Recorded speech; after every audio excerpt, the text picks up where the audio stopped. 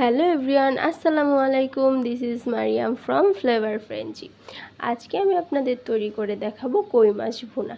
এখানে আমি কিছু কই মাছ নিয়ে ধুয়ে তাতে হলুদ ও লবণ মাখিয়ে নিয়েছি।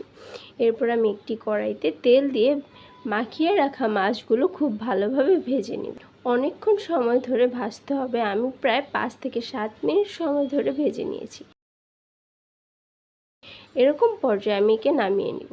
এরপর আবারও কড়াইতে তেল দিয়ে এতে 1 কাপ পেঁয়াজ কুচি ও 4 থেকে 5টি মরিচ কুচি দিয়ে দিব। এখানে আমি একটি ছোট আলু কুচি করে কেটে দিয়েছি, এটা আপনারা চাইলে স্কিপ করতে পারেন। এরপর দিয়ে দিব স্বাদমতো লবণ। এবার খুব ভালোভাবে কিছুক্ষণ কষিয়ে নেব, প্রায় 2 থেকে 3 মিনিট। এবার আমি দিয়ে দেব 1 চামচ রসুন বাটা ও 2 চামচ হলুদ ও মরিচ গুঁড়ো, 1 চামচ আদা বাটা দিয়ে দিব।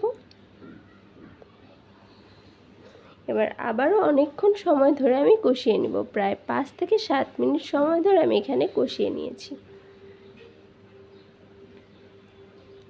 খুব ভালোভাবে কষানো হয়ে গেলে এতে আমি পানি দিয়ে দিব। এখানে আমি 1 কাপ পরিমাণ পানি দিয়েছি। পানিতে বলক আসা পর্যন্ত অপেক্ষা করব। বলক চলে আসলে এতে ভেজে রাখা মাছগুলোকে দিয়ে দিব।